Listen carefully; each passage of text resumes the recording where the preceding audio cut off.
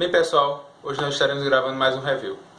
Como nos vídeos anteriores, os dois últimos, em que nós expomos o livro de Stuart Ollett, Pregação Pura e Simples, e também A Arte de Pregar, de Robson Marinho, este livro aqui que vocês podem estar vendo no outro vídeo já gravado.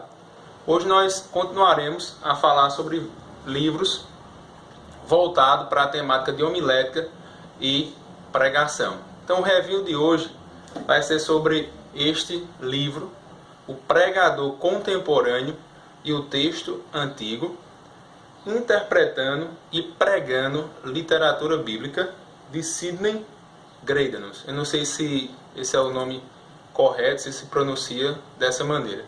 Esse livro ele tem 448 páginas e foi publicado em 2006 pela editora Cultura Cristã. Neste livro, o autor ele vai tratar da pregação e da homilética. Mas o diferencial que é apresentado nesse livro é que, além de trabalhar as questões da pregação e da homilética, ele vai fazer uma integração com a hermenêutica. Então, nos primeiros capítulos da obra, ele vai apresentar as questões hermenêuticas. Esse é um diferencial que esse livro apresenta. Nós podemos dividir o livro em basicamente 3 partes. A primeira parte do livro, ele vai apresentar as questões de hermenêutica, até o capítulo de número 5, sobre hermenêutica. Depois ele vai começar a falar sobre as questões da pregação, da homilética, do capítulo 6 até o capítulo 8. No capítulo 9 em diante, ele vai apresentar as questões da forma como ele divide a literatura bíblica e como se prega nessas literaturas, tais como a pregação a partir das narrativas hebraicas, a pregação a partir da literatura profética, a pregação nos evangelhos e a pregação nas epístolas. Esses são os capítulos finais, os últimos 4 capítulos da obra, onde ele vai aplicar tanto a hermenêutica como a homilética na pregação. Então, rapidamente, veremos alguns pontos abordados nesse livro. O capítulo de número 1, ele vai fazer um apanhado geral acerca da pregação, o que é a pregação. Ele mostra a pregação do Antigo Testamento até os dias atuais, passando pelo Novo Testamento. Ele vai mostrar a importância da pregação expositiva, quais são as vantagens de se pregar expositivamente, qual é a necessidade de se pregar expositivamente, a forma da pregação bíblica, a questão hermenêutica, a questão homilética, como eu vos falei. Esse livro tem esse diferencial de unir hermenêutica e homilética. O capítulo 2, ele apresenta os fundamentos para a questão da hermenêutica, os fundamentos históricos, onde ele vai apresentar o método histórico crítico. Ele vai trazer detalhadamente como é esse método histórico crítico, mas o autor ele vai propor o método crítico, ou método histórico crítico integral. Ele vai dizer que essa é a maneira que nós devemos nos aproximar da Bíblia. E em relação ao método histórico crítico, ele vai dizer o seguinte: este tipo de método histórico crítico será capaz de avaliar a historicidade da narrativa bíblica sem o subjetivismo e o reducionismo inerentes ao método histórico crítico naturalista. Em outras palavras, ele será capaz de fornecer uma avaliação mais válida de historicidade bíblica do que faz o método aceito, que é o método histórico. Então ele defende a ideia do método histórico crítico integral. Essa seria a maneira adequada de nós nos aproximarmos da Bíblia Sagrada. Então, depois desses fundamentos históricos, ele vai entrar nas questões de interpretação. E ele vai falar de 3 tipos de interpretação. A interpretação literária, interpretar o texto bíblico de maneira literária ou como literatura. A interpretação histórica, e a interpretação teológica. Isso vai ser abordado no capítulo 3, 4 e 5. Cada capítulo vai tratar de uma forma específica de interpretação. Feito isso, essa parte mais voltada para a hermenêutica, eu não vou detalhar esses tipos de interpretação, porque senão a gente vai prolongar mais um pouco. Ele vai partir agora para a parte da homilética. E o curioso nesse livro é que ele não vai se deter muito à questão de sermão temático, sermão textual, sermão expositivo. Não, ele vai basicamente trazer a ideia da pregação textual temática. Meio que ele une o sermão textual, o sermão temático e o sermão expositivo e dá essa nomenclatura, né? Pregação textual temática. E aí ele vai mostrar quais são a necessidade de uma pregação do texto, porque é necessário pregar a partir do texto.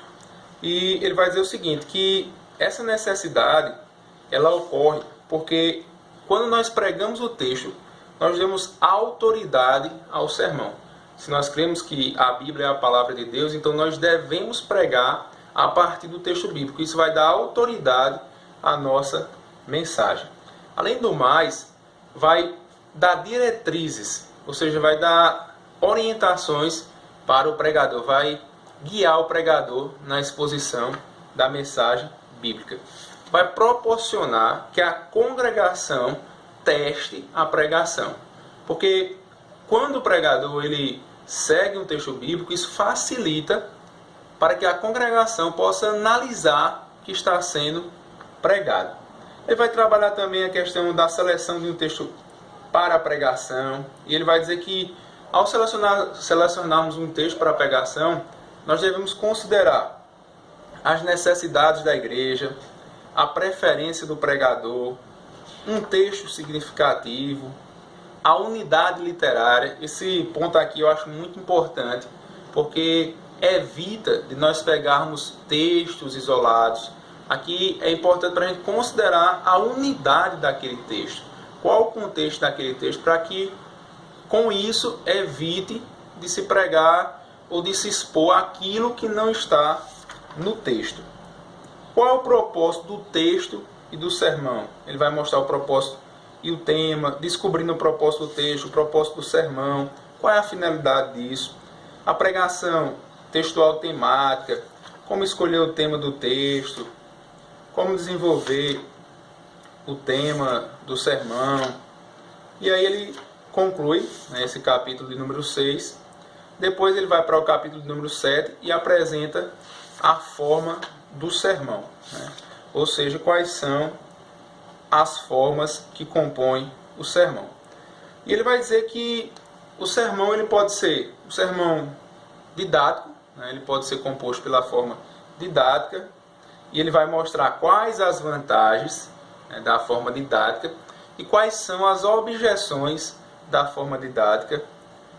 Depois ele vai dizer que também existe a forma narrativa, né? Ou seja, pregar o sermão de maneira narrativa, como a narração. Quais são também as vantagens de se pregar de maneira narrativa e quais são também as objeções. Depois nós temos a forma textual de se pregar, e ele vai detalhar o que é o esboço textual, o esboço do sermão. Quando ele conclui o capítulo 7, no capítulo 8, ele vai mostrar a relevância do sermão para os dias atuais. Esse capítulo 8 é bastante importante, né, e vale a pena você se detalhar um pouco, né, se deter um pouco no capítulo 8. É aqui onde ele vai mostrar alguns perigos que os pregadores eles devem ter ao transmitir o texto bíblico. Porque existe uma lacuna histórico-cultural. E aí muitas vezes quando nós vamos transpor essa lacuna histórico-cultural, acabamos por corromper o texto, né? Acabamos por trazer ideias que não estão presentes no texto. E aí ele traz algumas formas que, ao tentar transpor essa lacuna, né, histórico-cultural, acaba desconsiderando o texto, como a alegorização, como a espiritualização, como o moralismo, né? São formas que acabam por deturpar o texto quando não consideramos o texto em sua integralidade. Pronto. No capítulo 8 ele conclui, né, de maneira mais geral, a questão da pregação e da homilética. Aí no capítulo 9, 10, 11 e 12, ele vai apresentar os princípios, né, que foram expostos nesse livro, tanto de hermenêutica como de homilética, sendo aplicados na pregação narrativa hebraica, na pregação da literatura profética, na pregação dos evangelhos e na pregação das epístolas.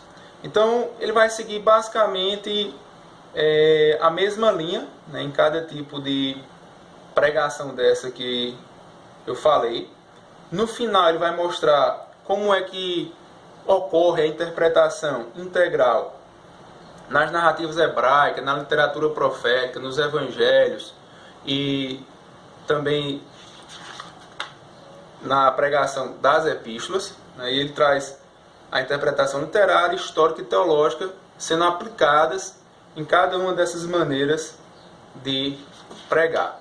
Então, o Pregador Contemporâneo e o Texto Antigo é um livro que eu recomendo, é um livro que me ajudou bastante a entender essa relação entre hermenêutica e homilética.